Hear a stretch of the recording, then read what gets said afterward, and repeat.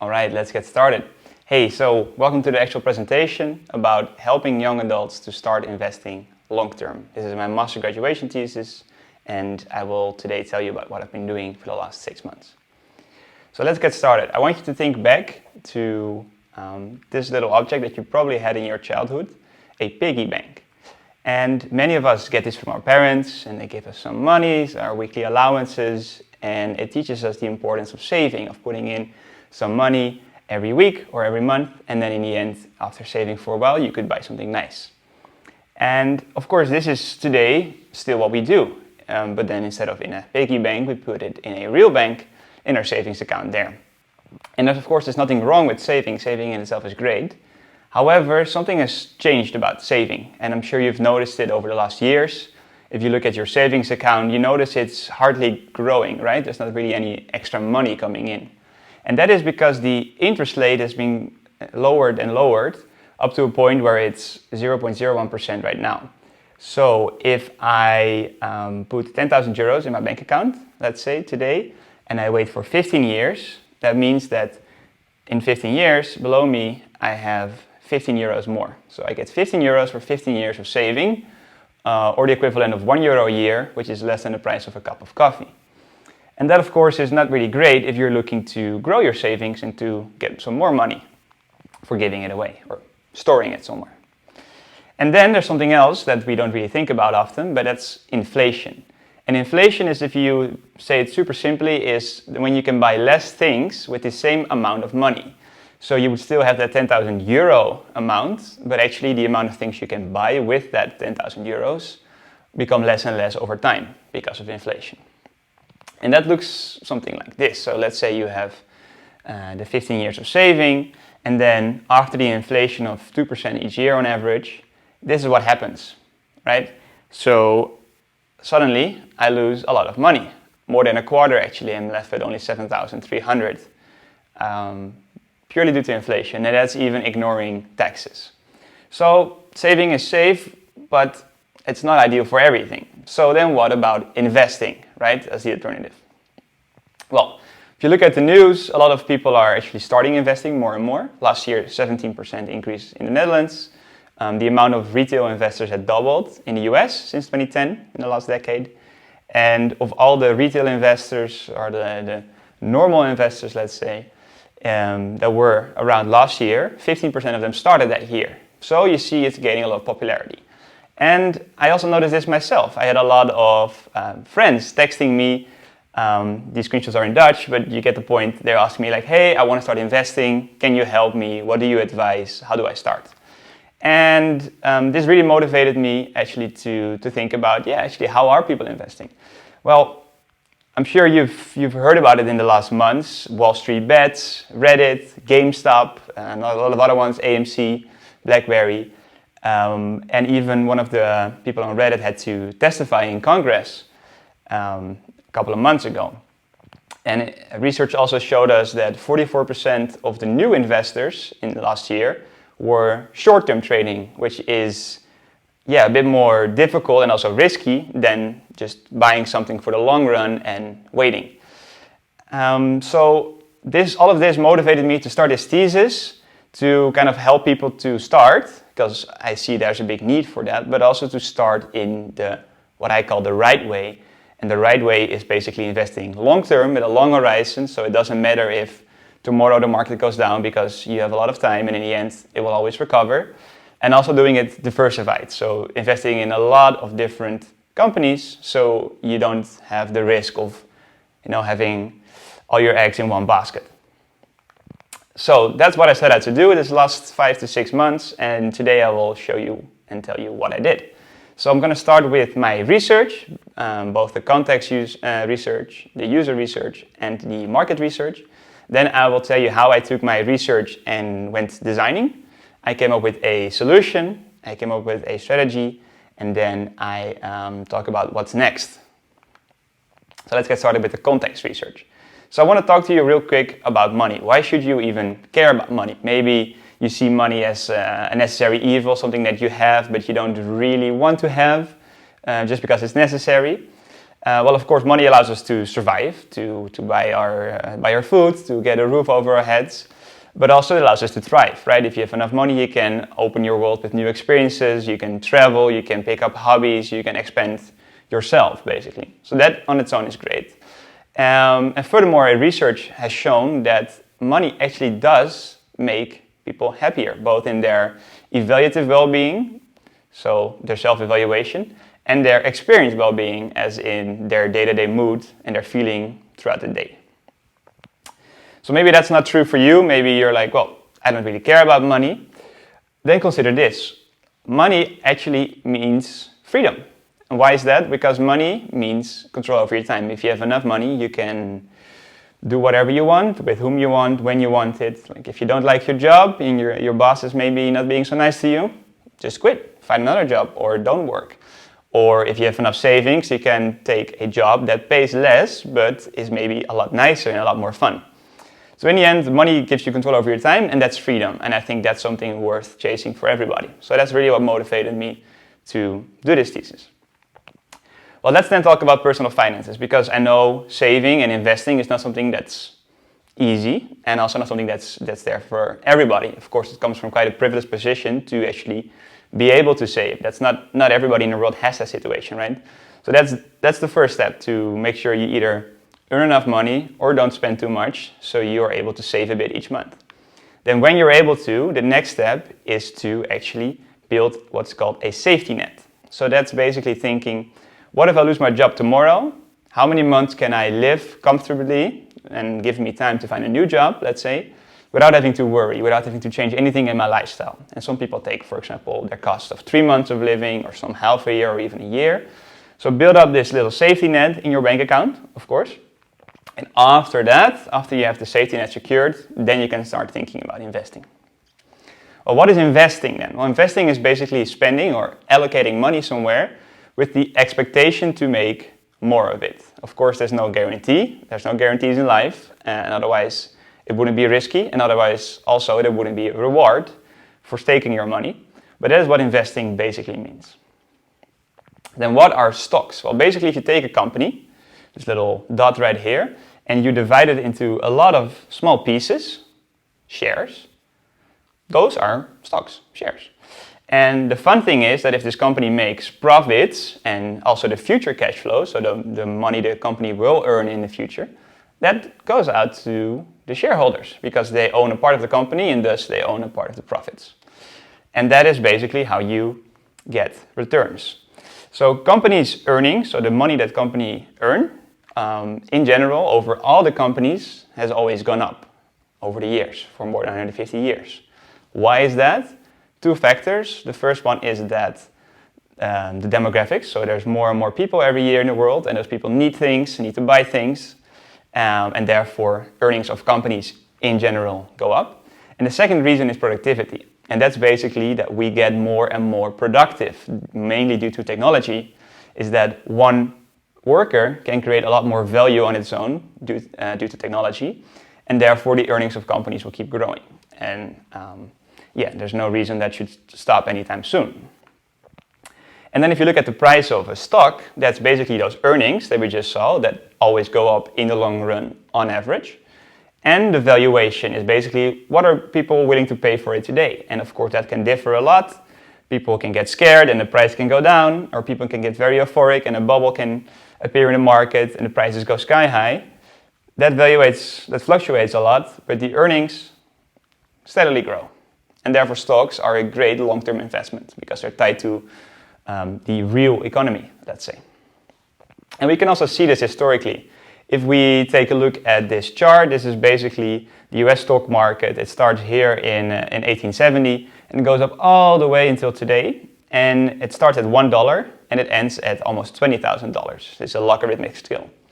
So we see that even though there's a lot of crashes, the Great Depression, the Second World War, Black Monday, you name it, but the market has always recovered from that and has kept growing. And if you invested $1 in the stock market 150 years ago, you would have 20,000 today. Well, compare that to your savings account, right? Where you spent 10,000 for 15 years and you get €1 a year. So it's a great accelerator of wealth. So here we are again. What do we want to do? We want to invest long-term, and we want to invest diversified. Cool, then I started with my user research. I did a couple of things. I did a user survey to kind of test the waters. I came up with my initial solution following the lean startup method. I did user interviews, and I talked to experts. So why did I do a user survey? Basically, I wanted to see when did people encounter investing? Were young people already investing or not? And if they were, would they wanted to start? And what was stopping them from starting if they wanted to start? So I sent out a survey, over 150 people filled it in. And basically what you can see is that 74% learn about saving when they were growing up. So there's your piggy bank again. People actually were taught about saving when they were growing up. However, the investing part, only a quarter of them learn about it when growing up. So there's a big difference there, and that might be one of the reasons that less people are investing than saving. Of the people that were not investing yet, I asked them, would you like to start? And 71% yes, I would like to start. And then I asked them, okay, but why are you not started yet if you wanted to? And then there were a couple of reasons. People said, I don't know enough about it. I want to, but I don't know how. Some people said it was too risky or scary, and some others just deemed it too complex. So that was interesting. And then I took the lean startup approach, which is basically about learning, building something quickly, testing it, and then iterating a lot of times. So coming up with what's called a minimum viable product, an MVP, very quickly, and then iterating. So I kind of came up with an idea first, which was kind of this. So maybe you know of Masterclass. It's an online learning platform where you can learn skills from famous people, basically. So you can learn cooking from Gordon Ramsay or acting from Natalie Portman, etc. So I took a look at Masterclass and I thought, like, what if we can do this, like sort of Masterclass, but for investing long term? So we would educate people about investing, about why it's necessary, about how it works, so they could do it themselves. And they can do it in a learning by doing kind of way, which would be safe and would be fun. And they could be surrounded with other people that are also learning, so they can learn from each other and ask questions to each other. So that was the initial idea, and then I set out to validate it. And to validate it, I did user interviews. So why? Of course, to validate my assumptions, also to get insights into how people actually like to learn, and to discover what they thought about the current solutions out there. So I interviewed 7 people, young people out of my target group, and I asked them questions about their confidence in themselves, their knowledge about investing, about how they like to learn, about the trustworthiness of other solutions, about the social aspect, about if they would like advice on investing or not. Then I showed them my solution, my idea, and then I asked them some extra questions. So I made a big list of assumptions, I ordered them by priority, and I clustered it into key themes, and about these key themes I wrote a lot of questions that I could ask them in a live interview. So here's some insights. Basically, people said that they would like to get more confidence, more knowledge, and that they would like to be educated on investing. Nant here, for example, says, I just don't feel confident enough. I would need some more knowledge. I just don't know enough about it. I could follow others' advice, but I want to know how it works, because it is my money after all. And that makes a lot of sense. People want both the basic knowledge and the expert knowledge. As Bea says, for example, I prefer T-shaped knowledge, so the broad basics and then deeper into a topic of interest. Trustworthiness was quite important, and also not feeling alone. So Carlotta here, for example, says, I like to learn with others. Sometimes I feel very alone in this process. That's why I reached out to my friends who were maybe in the same position. And then I got a lot more insights. People want to learn by doing, they want to follow guides, they want advice rather than instructions. They would like to do exercises to understand the content a bit better, and they don't mind sharing the information with others as long as it's equally shared. Rick, for example, quite liked the idea. He was like, well, I think it's a very good initiative. It will help a lot of young investors, especially if they can choose their own thing in their own way. So maybe a mentor, maybe a community, maybe watch movies. In the end, give them the choice to learn in their way. So that was really nice. And then I did an expert interview. I talked to Hans Bedlam, who's the Chief Investment Officer of IBS Capital Allies, which is a asset management firm here in Holland. And these were the 4 takeaways from my interview with Hans. So the first point was, it is all about framing. It is very important how you frame investing, because A lot of time it is about pensions, about saving for later. And yeah, us young people don't really care about later that much today. We want to live now. He also said, keep it simple. People act like investing is super complicated, but it doesn't have to be. However, people have a right not to be interested, but they still need to do it. Make sure you connect with the generation, so you can do that through, for example, nice hooks like AI or biotech, or relevant issues of today, like racism or equality, climate change. And if people care about these things, they can actually vote with their wallet. They can invest in companies that do well due to their values, and they can match their portfolios in that way. And he said focus on explaining the basic principles, where the big one is, of course, time. How can you make time work in your favor? You're young. How can you invest long term? So that was all very insightful, and then I set out to do some market research. So the market research was basically me looking at a lot of other stuff out there, and it's a lot, but I will quickly show you. So here we have a lot of the typical investment companies and brokers, right? And they allow you to invest quite independently, but the focus is really on the money. There's wealth management apps, there's apps that fully automated, for example bots, where you can follow a bot, or things like Peaks and Acorns, which round off your money that you spend until a full amount, and then they put it in a fund for you. eToro, where you can follow a famous or a non-famous investor and do exactly what they're doing. And of course, there's a lot of learning platforms as well. There is books and podcasts. There are websites like Investopedia, where you can just read a lot about investing. There is the Udemy's, the Coursera's, the Teachables, YouTube. And there are more like community platforms like Clubhouse or Reddit, where people actually get together to talk about subjects, which also, for example, is investing. But what I kind of saw in making this overview is that there was a gap. And the gap was basically a solution that focused on the mindset, and that was also focused on making users feel supported and building a community. So that's something that I decided to explore. Okay, that was a lot of insights. That was the research phase. And then I took it to actually designing something. So I came up with this interaction vision. And for me, it basically came down to this. So imagine you are standing on this road and you are looking to climb this big mountain that you see over there. And on this road are a lot of trees and things in your way.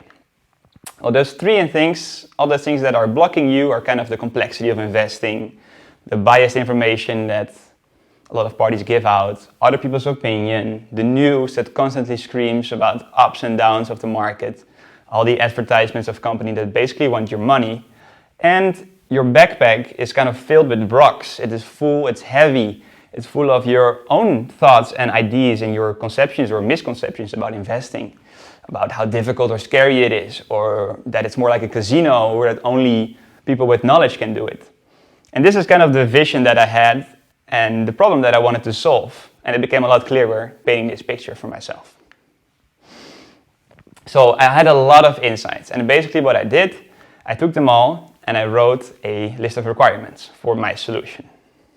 I clustered that in two things, in the content and in the format. So in terms of the content and the features, it is important that people get education, that it is independent content, that is it's social, it should be guiding, it should be guides, people should be able to ask for professional help, they should have control in the order that they learn something, and they need to learn by doing. And then in terms of the format, people need to feel supported. It needs to be an online platform because people don't download apps. It needs to be short bites because that fits better with the attention span of the average young person. It should be casual. It should be made by the people, so not institutional, not gray, old, white men in suits. No, it should be by the people, for the people. And it should be honest and transparent and just teaching people about investing and how easy it actually can be.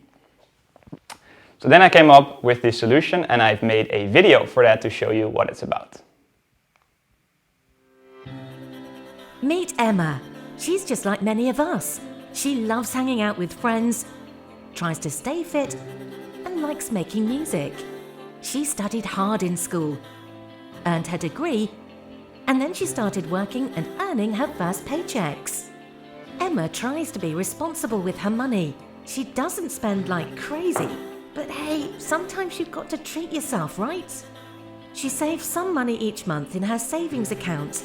Many of us manage our money like Emma. We work and we save.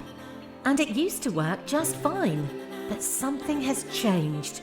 Banks offer us almost no interest anymore and might even start to charge us for giving away our hard-earned money.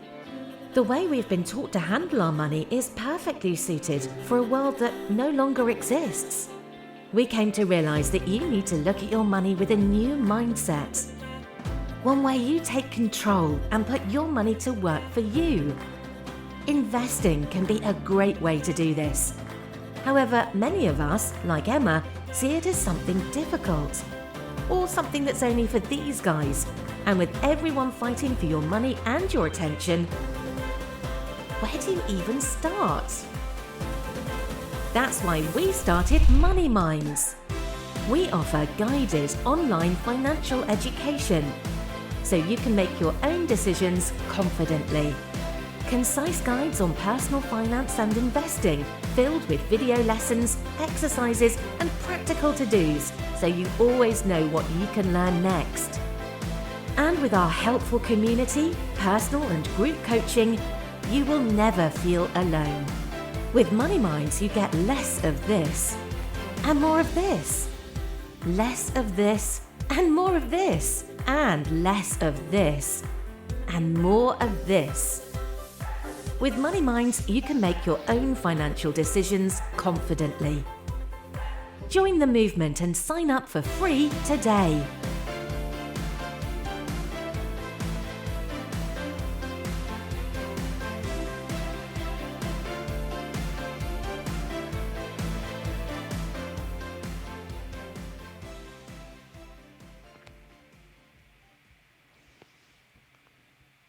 So that is Money Minds. I hope you liked the video and I hope it's clear to you what it does. And now you might be wondering, okay, but does it actually work? What did people think about it? And of course I tested this with users and I'll share with you what I thought. So first of all, there's an introduction page which explains what the program is about and what you can do on this online learning platform. And people actually quite like that. 83% of them said that they like this feature, and the only negative comment was basically, hey, make it a bit shorter. Then you come to the dashboard, and the dashboard is basically an overview of all that's going on in the platform. So you can see your latest path, which we'll explain what paths are in a second. You can see an overview of your achievement, your points, like how well are you doing, how well are you learning. And on the right side, you see a sidebar where you see, kind of like on Spotify, your friends' activities. So what are other people learning, what are other people doing? And there is a call out to either ask help for the community or ask help of an expert. Then there's the overview of paths, where you can select a lot of different paths. So what is a path? A path is basically a set learning journey from start to finish. So for example, one path can be start with investing, or what about real estate? And in this path, you will get courses, so video lessons. You will get exercises to challenge your knowledge on what you just learned. And you will just get practical to-dos of stuff you need to do in real life. For example, hey, create an account at a broker. And then in that way, we help you from start to finish to actually get started and to, in a guided way, show you what to learn when and what to do next. And there's some customizability there if you want to change that order, but we have a recommended order, which we think helps you to learn and get started in the most easy, direct way. This is what I just described. This is the screen. Here you see a video course, and then there's 10 more steps for you to follow, which might be other video lessons or exercises or practical to-dos. Then there's courses, which are just video lessons, basically a couple of short videos, 1 to 2 minutes, around a subject. And those are placed in the paths, but you can also just watch them separately if you just want to watch some videos. There is a community notice board where people can ask questions and give answers to each other, and you can also see who answered your question and check their status online if they are actually knowledgeable, at least according to our platform, or not. And you can help each other out. There is a Community Connect tab, which is basically a quiz that allows you to match with other people on the platform that are kind of similar to you, maybe in personality or maybe just in their financial situation. And that's easy if you don't want to randomly reach out to people, then hey, here you might have some help. And then lastly, there is the community groups, and there's a large amount of groups, both private and public, which you can just join, and they are usually centered either around a financial or an investing topic, or around a phase in your life, for example, people that just started working, or students. And then you can find some like-minded people from whom you can learn. Okay, so that's the platform. Then I also came up with the strategy. So first of all, I created a full branding for Money Minds. As you've seen, the name is. Money Minds basically means that the emphasis is more on the minds than on the money. You can also see this in the logo, where the minds is green. And the purpose of Money Minds, or what the brand believes in, is basically this. If you have dreams for tomorrow, you owe it to yourself to consider how you spend today. And of course, everybody has dreams for tomorrow. And managing your money and thinking about investing doesn't mean that you have to live super cheap today. It doesn't mean that you can never go out for dinner. But you need to be aware of your choices today. So either give yourself a budget or have it under control, or not. That's totally fine, but just be aware of what the consequences of how you spend your todays, both in terms of spending money and spending time, are for your tomorrows. And that's the realization that we try to achieve in people. Then I came up with this triangle, so the purpose you just heard, and the positioning is basically this. So for young adults, Money Minds offers financial education that is focused on a mindset.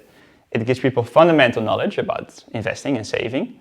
And it gives people the confidence to be independent, to make their own choices, to not be reliant on an advisor or their bank or anybody, but to make their own choices. And finally, the brand is that of a hero archetype. It basically means that it is a brand that tries to empower others, that makes people feel like heroes that are solving their own problems. I came up with a full brand book in terms of colors, the logo, typography, photography, iconography, you name it. And lastly, we have the business model. So basically, there's two types of users on our platform. There's the free users here and the premium ones over there. And both are kind of the same, as in the free users get access to the free content, which is some of the most basic paths, and then the premium users get the more elaborate, deeper paths as well. And both of them can also choose to pay for either one-on-one or a group coaching. So one-on-one is just you sit down with an expert and he helps you with your situation or whatever questions you might have. And group coaching is basically organizing a fun night with some friends of yours where you all get together to learn about investing or saving or managing your money or taxes or whatever you think you need to learn about. Furthermore, there are brokers and banks in the business model. So we will, of course, help people to sign up for a broker or at the bank to start investing on their own. And of course, we'll bring these companies new clients and we'll be transparent about that. The users can make their own choice in where they want to sign up. But if they do, we try to make some kind of arrangement with them to get a little bit of a fee in return. And lastly, there's options to connect with either government through subsidies for example, financial literacy programs, NGOs in the same way, just in return for exposure, or big corporates that might want to offer our platform to their employees as a way of empowering them. Cool, so that was basically the presentation. So what's next? Well, I decided that I would actually like to continue this project because I'm very passionate about it, as I hope you can tell through this video. And I think it's a real problem that needs solving. So I've launched a website, so please check out moneyminds.io. Sign up for the waiting list. We'll get working to make everything happen for real. And then you can actually join our courses and our content. And you can follow us on Instagram, also at moneyminds.io. And we'll keep you posted there about any updates. So I hope to see you there.